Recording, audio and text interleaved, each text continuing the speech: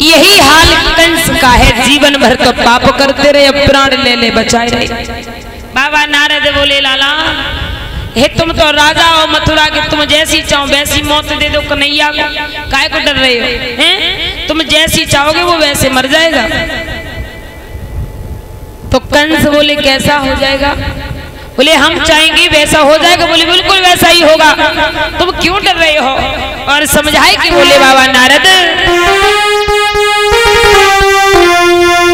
बोले तो क्या बंधन होगा, मकड़ी की धागा कच्चे से, अब तुम खूब डरी गए राजन ना मुझिया।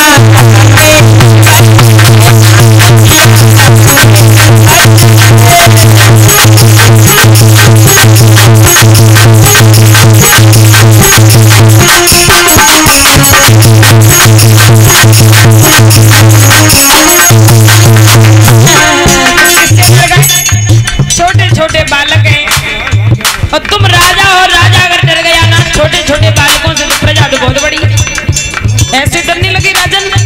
सुनो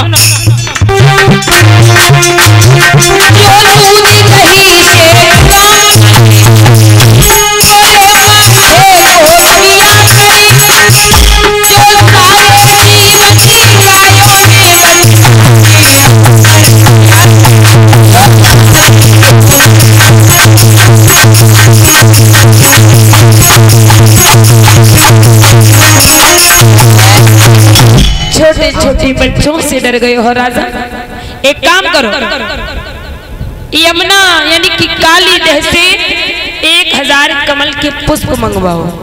आपने देखा होगा वक्ता बताते हैं कि भाई एक छपरिया, अब छपरिया को साइज तो नहीं पता, वह छोटी हुई है सकत है, वह बड़ी हुई सकत है, लेकिन लिखा है 1000 पुष्प। भगवान कन्हैया के बाबा नंद के लिए पत्र लिखा है, कंस ने मंत्री द्वारा पत्र लिखवाया और कहा 1000 पुष्प काली देह से लेकर आओ। और काली देह में कमल के पुष्प थे नहीं, विष के कारण वो कभी भी उसमें खिल नहीं पाए। और काली देह से ही आने जब पत्र लिखवाने लगा है बाबा नारद के कहने पर, तो महाराज हरि कंस राज ने भैया रे के पलकी देव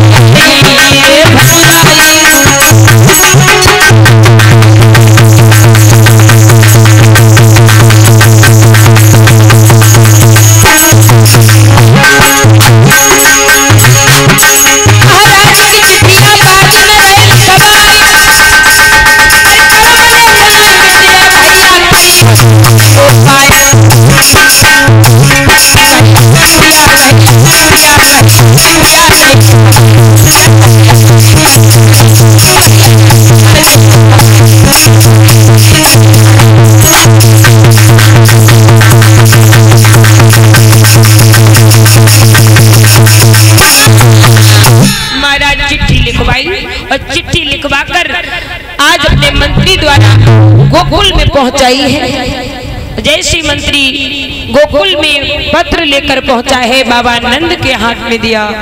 बाबा नंद ब्रज के सरपंच हैं और जिन्होंने उस पत्र को पढ़ना प्रारंभ किया भैया। अब बाबा नंद भाई किसको जाकर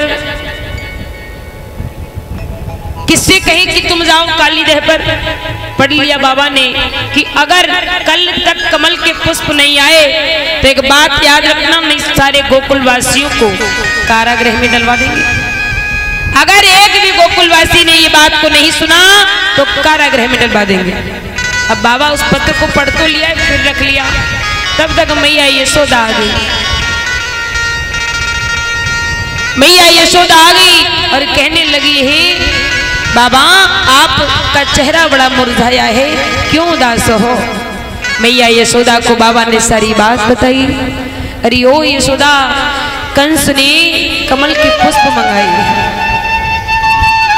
अगर ये कमल के पुष्प नहीं पहुंचाए ना तो जितने ब्रजवासी सभी को कारागृह गले में डलवा देगा। और मैया वैसे वो थोड़े हल्के दिल की, मैया बैठ के रोने लगी। मैया इसलिए रोने लगी है कि ऐसा ना हो मेरे कन्हैया ने सुन ली तो ये सबसे पहले जाएगा, क्यों ये कभी किसी से डरता नहीं है। मैया बाबा से कहने लगी कन्हैया को नहीं मालूम होना चाहिए, अगर कन्हैया को मालूम हो गया तो ये सबसे पहले जाएगा। इतनी दोनों आपस में बातें कर रहे थे, तब तक श्याम सुंदर आ गए। श्याम सुंदर आए, मैया से बोले माँ तेरा चेहरा बड़ा उदास लग रहा है, आज तू बड़ी खिली हुई नहीं नजर आ रही, नहीं तो मैं जब गाय चरा कर आता हूँ ना तो तेरा चेहरा फूल के समान खिला होता है। मैया आज मुरझाया है, क्या कारण है?